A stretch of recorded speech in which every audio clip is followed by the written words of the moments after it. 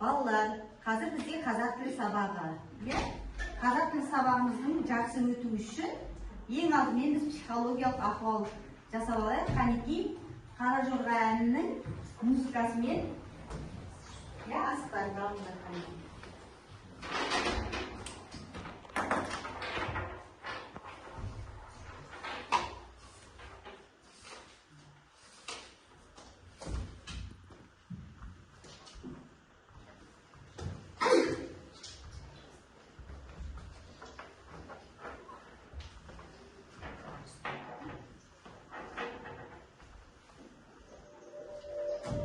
Ramazan.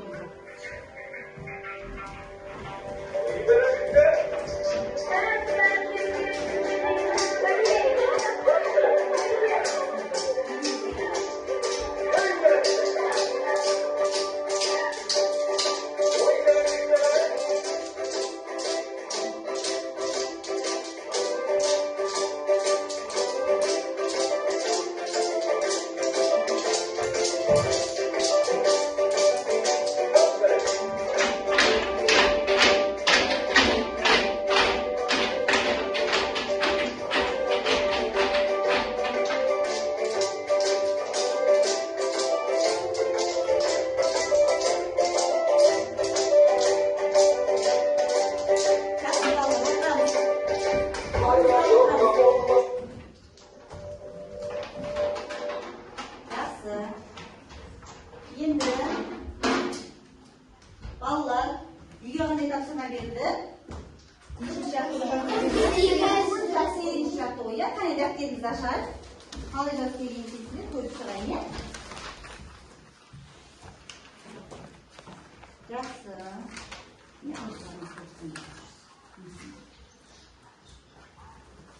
Жақсы. Түбірлерін белгіледіңдер, түбірмен қосымшаны ажыратып. Жақсы. Балалар өткен сабақта біз түбірмен қосымша бойынша өткен болатынбыз, Енді олай болса, қазір біз үйге берген ережені қайталап жіберейік.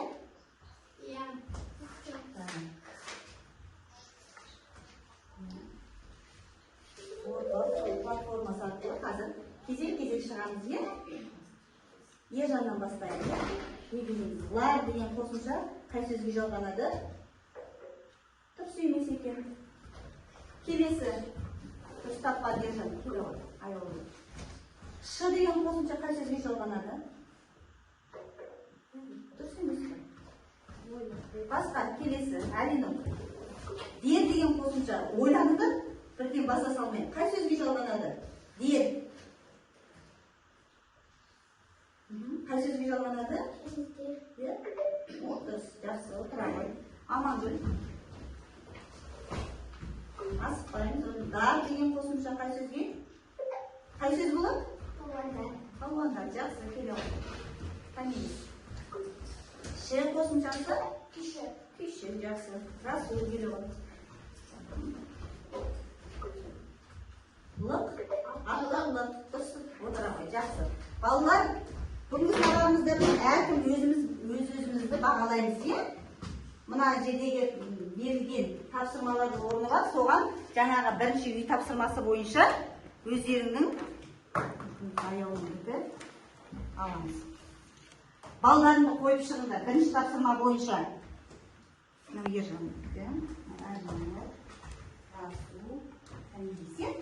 Бірінші тапсырма бойынша өздерің білесіңдер ғой. Мысалы, сен орындаған жоқсың, кім қате орындады? Олар бал қоймайсыңдар бірінші тапсырмада. Енді үй тапсырмасы бойынша үй жұмысы бойынша бізде Расул жақсы орындаған, Амангүл қатесіз орындады, Әлинұр жақсы орындады, Әлинұр жазуы қатты әдемі емес, мен үй тапсырмасын бәрін тексеріп шықтым ғой сол кезде Әлинұрға 4 күшті. Келесі Ержан. Ержанмен бізде кім? Жаңа білмеді? Аяулым екеуі, 3 күш тапсырылады. Жақсы. Өздерін бағаладық қой, Жақсы, енді келесі. Бізде бүгінгі жаңа тақырыбымыз түбірмен қосымша бойынша балалар. Өткен сабақта өттік қой, сол сабағымызды пысықтаймыз.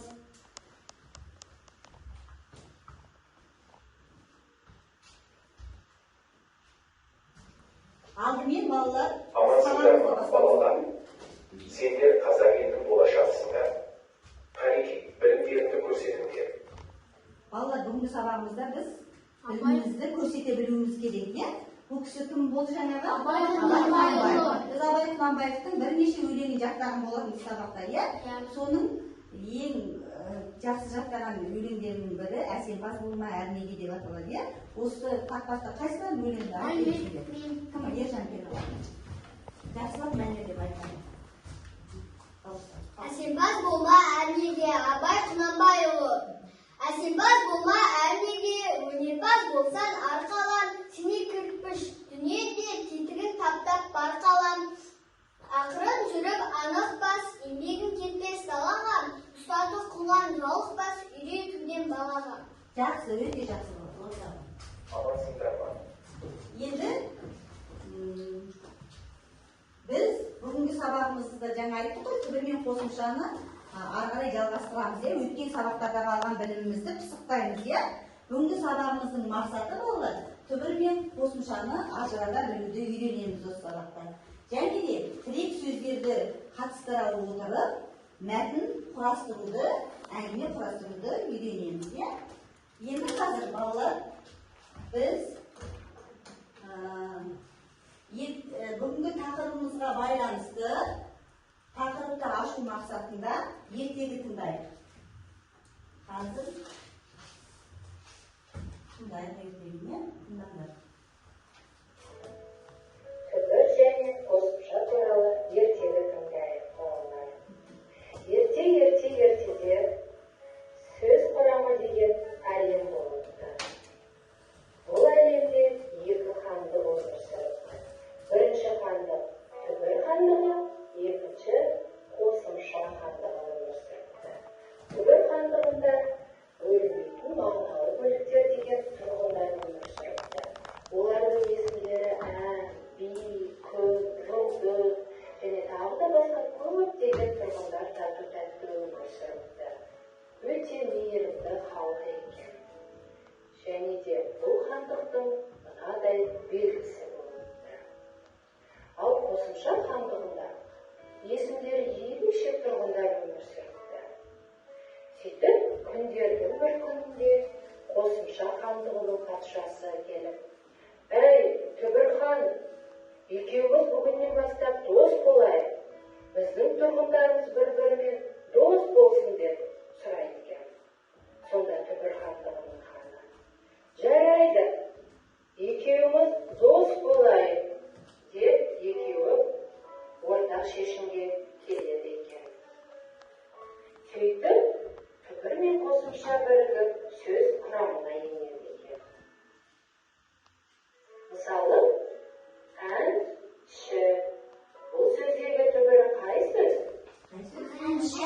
Түбірі әнші сөзі. Ән сөзі. Түбірі ән. Түбірі ән. Келесі сөз. Күн, жер қосымшасын салған сонда бізден Түбірі бұл жердегі түбірі күн. Келесі сөзге назар аударайық. Жұлдыз. Бұған күн қосымшасы салғанда жұлдызым сөзі шығады. Бұл жердегі түбір жұлдыз. Сөйтіп қосымша мен түбір бірігіп, бір-бірімен дос болып, қазақ тілі әлемінде өмір сүреді екен. Түсінікті ма, балалар? Жақсы. Енді дәптерімізді ашайық. Бүгінгі күнді жазамыз.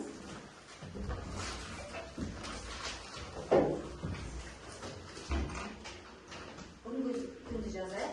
Тақтада жазып тұр. Қатесіз әдемілеп түзіп отырып жазамыз, иә?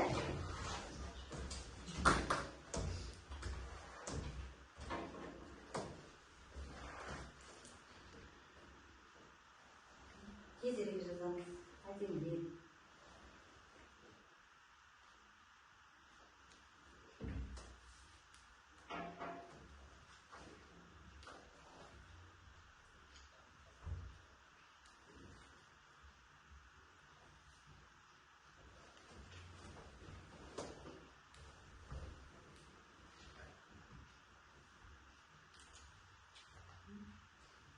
Бүгін жазып болсаңдар, әдемі жазу минуты. Әдемі деп жазамыз, е?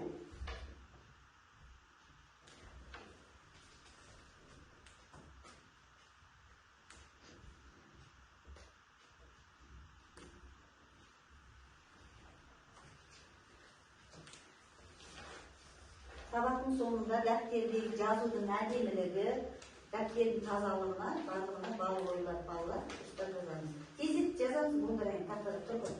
Мемлекетте білім аламын деген сөзі.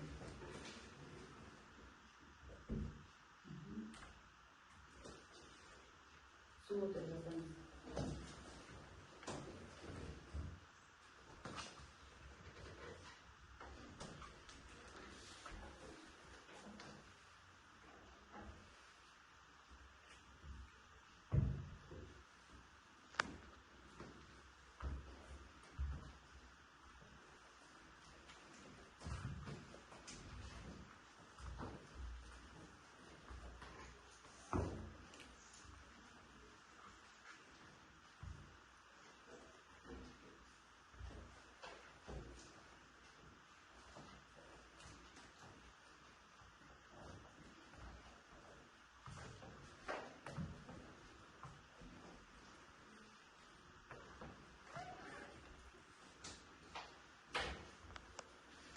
Жазып болғандарын балалар кітаптағы 49 жаттығуды әдемілеп көшіріп жазамыз, е?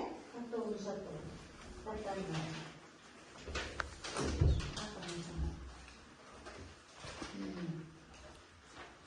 Сөйлемдерді қатесіз көшіріп жаз дейді. Әдемілеп көшіріп жазамыз дәптерімізге.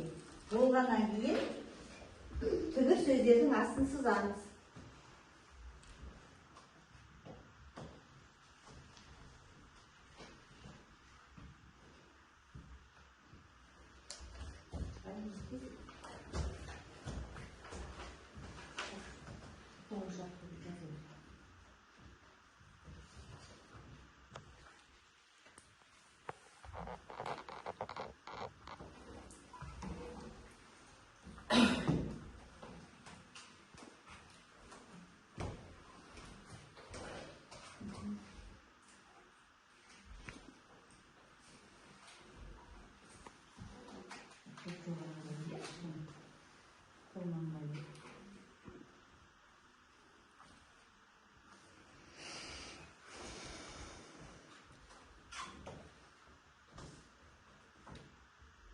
Жазып болсақ, қолымызбен келеміз, е?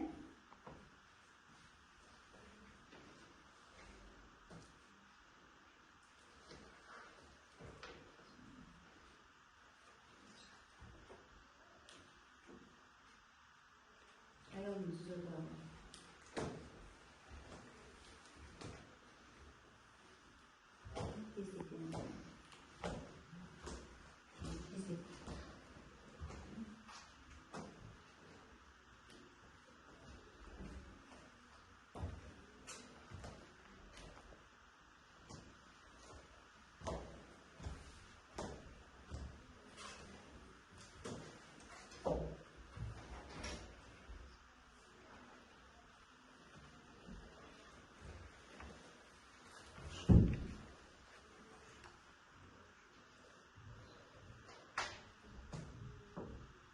Bir sözün aslını taranışken sızamız, ya? Ya.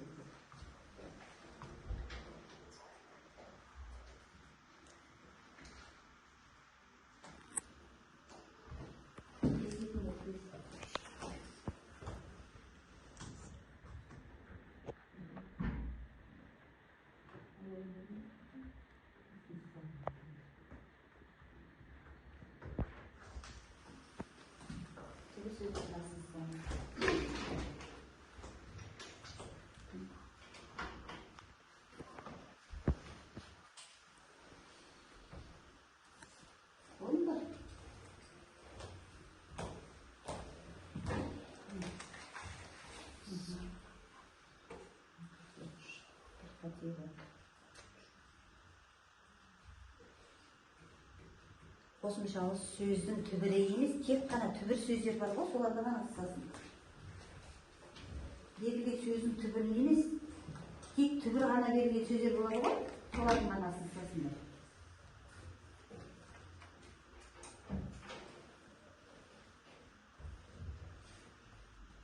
Сөз қайтын, білмейсіз.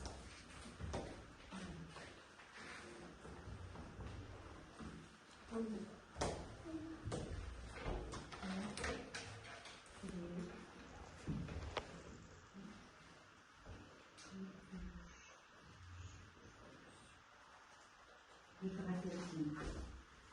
Қане, сен бастың?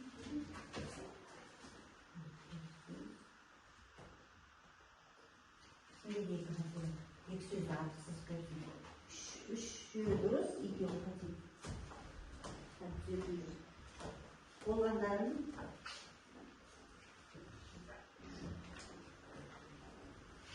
үшеуі дұрыс, екеуі қате. Бірінші тапсырма бойынша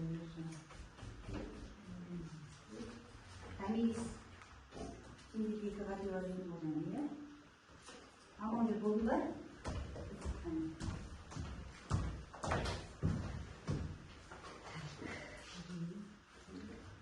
Дұрыс Тамизді дұрыс. Ой, Амангүлді дұрыс екен бәрі. Түзеттің ғой, иә?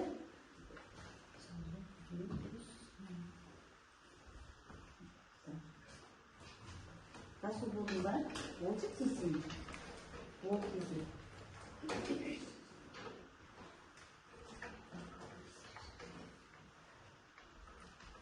Уақытындарын алынып өтпейді. Әлімір болды. Қайсы? Түбір сөздер қайсы? Сызасын. Сыз. Иә. Өте, иә. Өте, иә. Сазғашы. Сан қайсы?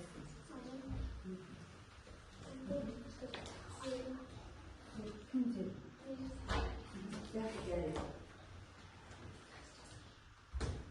Болды балалар. Кімде? Әлинұрда екі қате бар. Үшеуі дұрыс, екеуі қатесіз. Болды енді. Расул ғана қалды ма? Тез ет Расул. Амангүлдікі бәрі дұрыс деді, иә? Болды енді. Жазып болсақ балалар.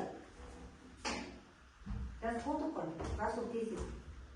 Енді бізде келесі тапсырмада 50-ші жаттығу. Қарашы бәріміз 50-ші жаттығуға неме дейді? Тірек сөздерден сырғанақты тақырыбына әңгіме құрап жазу. Тірек сөздер қандай берілген тірек сөздер? Қыз, балалар, шана, аяз, шаңғы. Иә, осы сөздерді мәтінге кіргізіп, осы тірек сөздер арқылы мәтін құрастырамыз, иә? Ал жазайық 50-ші жаттығу. Тездетіңіз. Бұған дейін де біз осындай тапсырмалар ойындап жүрміз, иә балалар? Мәтіннің ішінде міндетті түрде қыз, балалар, шана, аяз, шаңғы деген сөздер болу керек.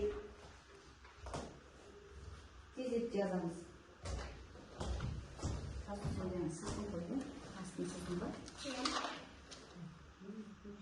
Дұрыс мына. Барлығы дұрыс екен.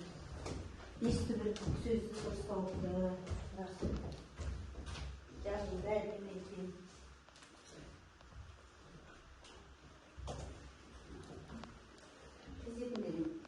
Тез әңгіме құраймыз. Сырғанақта деп атын жазып қоямыз. Мәтіннің, иә? Үш сөйлемнен тұрса жетеді. Үш сөйлемнен тұратын мәтін құраймыз. Тез етіп жазамыз.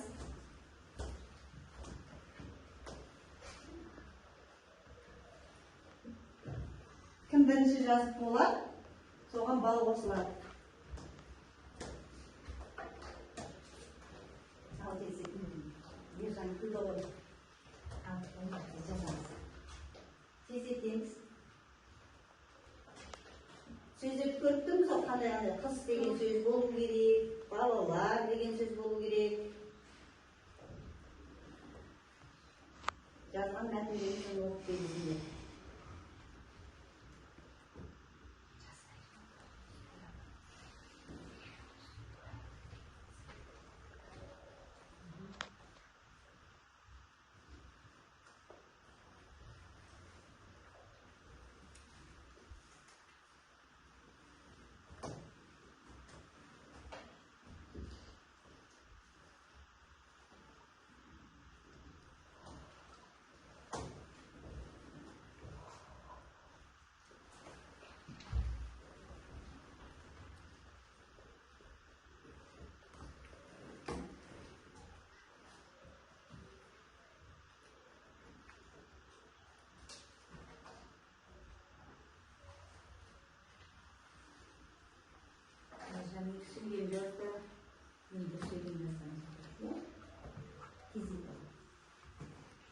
Шана мен шаңғы екеуін бір сөйлемге біріктіріп қосуға болады, иә балалар? Басу тез екен.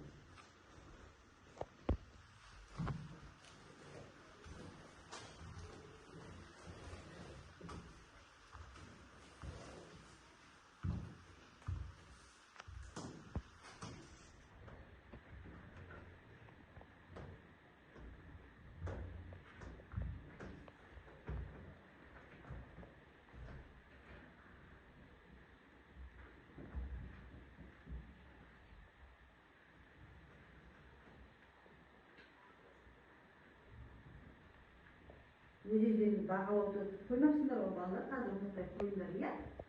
Тапсырмалар бойынша. Соңында өздерің айтасыңдар, қай жерден қате жібергендерін, өздерін бағалайсыңдар.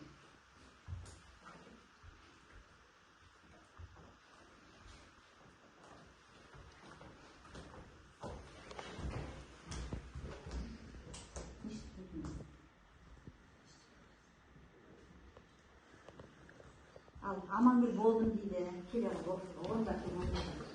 Дауыстап отыруға. Мәтінді.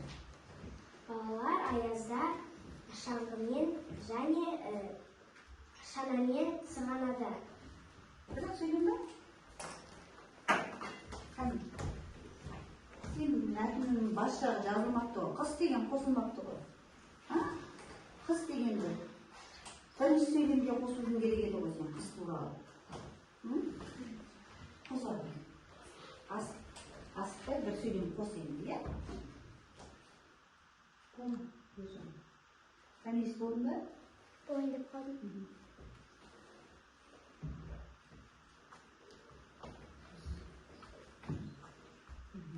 Ержан дұрыс бастап қойын мәтінін. Қыс келді.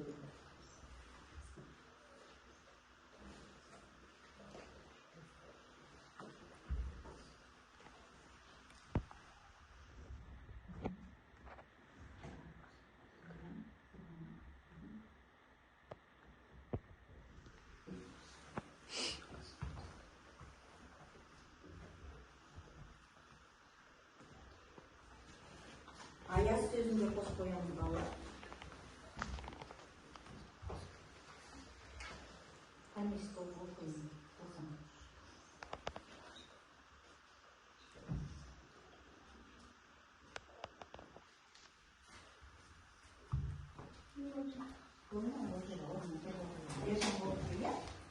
Қыз келді, балалар шаңғымен сырғанады. Балалар тауда сырғанақ кетті. Балалар таудан шаңғымен сырғанады. Содан таудан сырғанақ кетті, иә? Жақсы.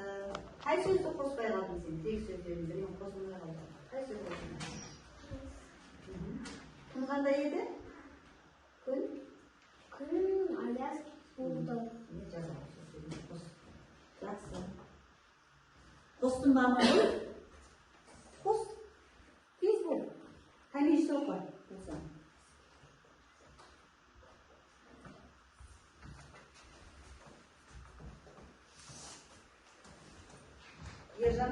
Ержанға бірінші орындаған үшін, және дұрыс орындаған үшін бір сөз ғана қосылмай қалды, иә, direkt сөзден.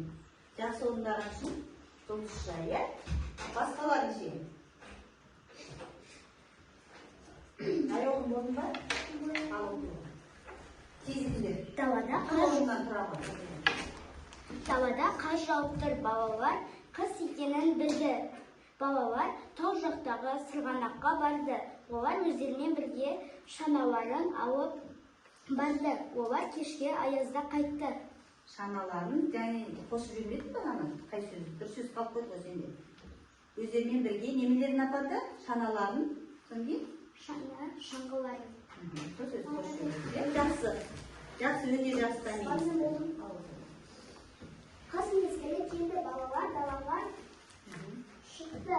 Ауа райы аяз болды. Олар шаңғымен шана тепті. Балалар сырғанақта ойнап көңілді болды. Ой, өте жақсы, Айым, жақсы. Дағы сөзі қосылған екен, иә, Айымында?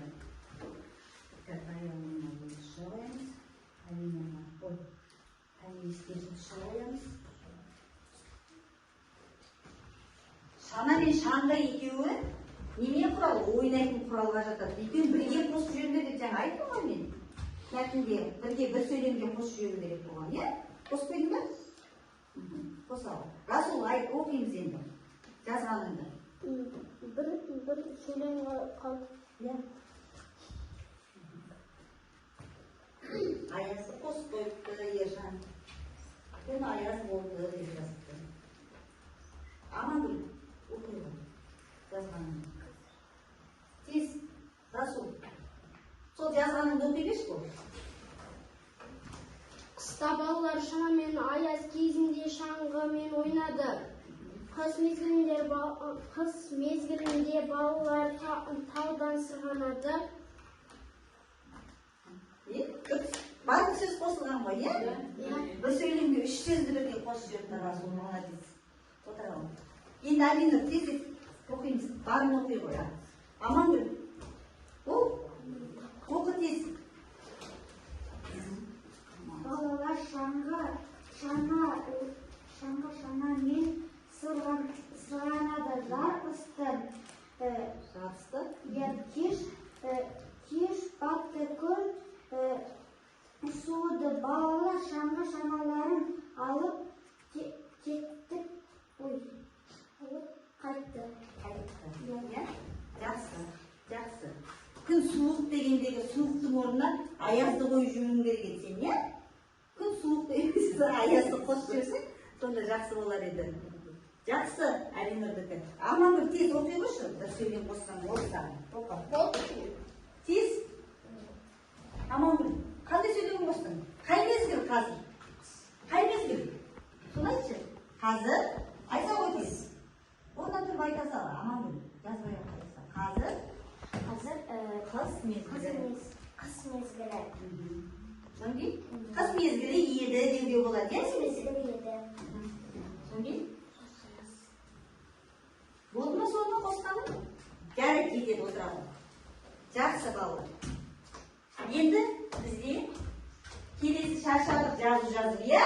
Серік түсәнін жасайық қанекте, тұрамыз тез.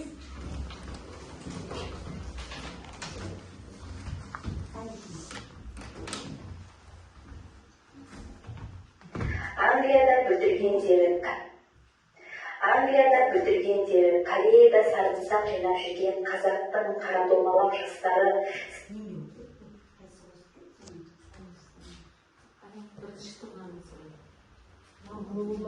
Стивенса керемет фон. Англияда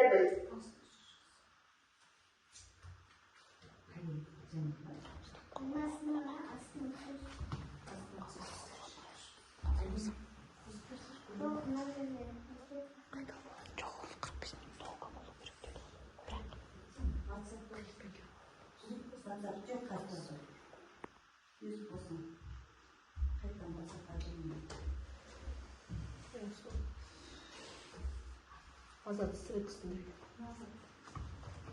Үстінде үстірек. Выйдет тұрған.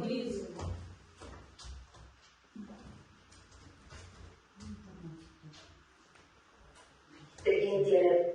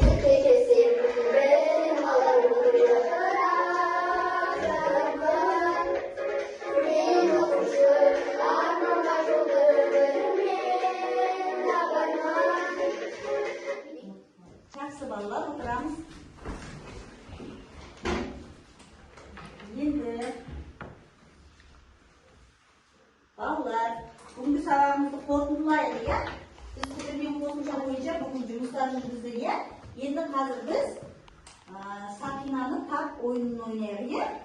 Қай алақанда Сақина бар екен, соны табамыз. Қанекей. Мен Айылым десін, иә? Міне мына жерде тест түрінде 4 сұрақ тұр. Осының ішіндегі қосымшалы сөзді тап. Қайсысы қосымшалы сөз? Қай сөз? Қай сөз? Қосымшалы сөз? Дәптерлер. Дәптерлер, иә? Түбірі қай сөз? Түбірі Дәптер. Қосымшасы? дәптерлер. Лер. Қосымшасы лер, иә? Енді Сақинаны бірден тауып алдық, иә, балалар? Қайсысында екен? Д-да екен, иә? Жақсы отыра ғой. Енді келесі бізде сұрақтар беріледі. Мына жерде бізде қарақшылардың капитаны сіздерге сұрақ қойып тұр екен. Сұраған неге жазып тұр? Балалар, түбір дегеніміз не? Ережесін айтыңдар дейді. Қане, ережесін айтайық. Қол көтереміз. Қане, білетіндер, иә, алғашқы айтады. сөздің одан әрі бөлінбейтін мағыналы бөлігін түбір немесе түбір сөз дейді. Дұрыс па, балалар? Иә. Тағы кім қайталап жүреді? Дұрыс па, жоқ па? Кім айтсын? Алина қайталап. Түбір дегеніміз.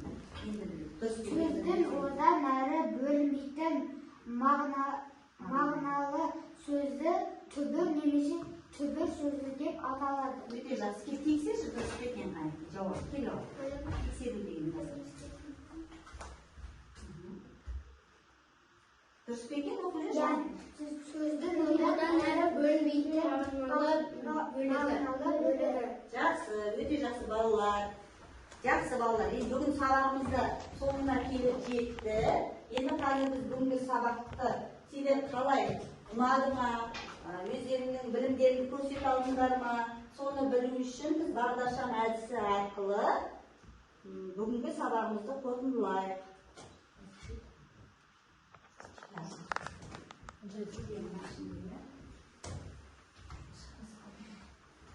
Енді қане бағдаршам әдісі арқылы өздеріңіз сабақта өздеріңізге ұнады ма, түсіндіңдер ма бүгінгі сабақ бойынша соны қане ержаннан бастаймыз тез кезінде. Түсіндім десеңдер жасылды басамыз, иә? Отырады. Жақсы. Аяулым. Алина, дайын тез. Аман тез білмеймін дайын отырады, иә?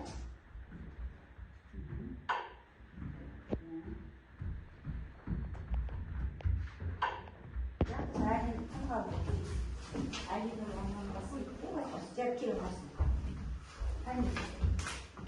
Қане сөзін кімасақ. Балалар, барлығымыз қай түсті таңдадық? Жасыл. Сабақ ұнады ма сендерге? Иә. Түсіндіңдер ма? Иә. Бойынша? Иә. Жақсы. Енді балалар, бүгінгі сабақ бойынша, сабаққа қалай қатысқандарын бойынша өздеріңізден бағалаймыз дедік қой жаңа, иә? Сол бағалау парақшаларын алыңдаршы қолдарына. Алыңдар бағалау парақшаларына белгі қойып отырып едіңдер бағанадан бері тапсырмалар бойынша қане қойыңдар балаларды. Тез қоямыз.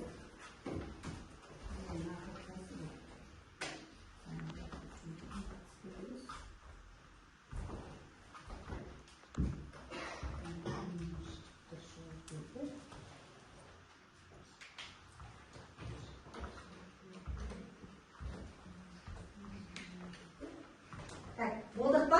Қанеке, өздерің әрқайсыларын қанеке айтып шығыңдар сөздердің бағалауларын бойынша.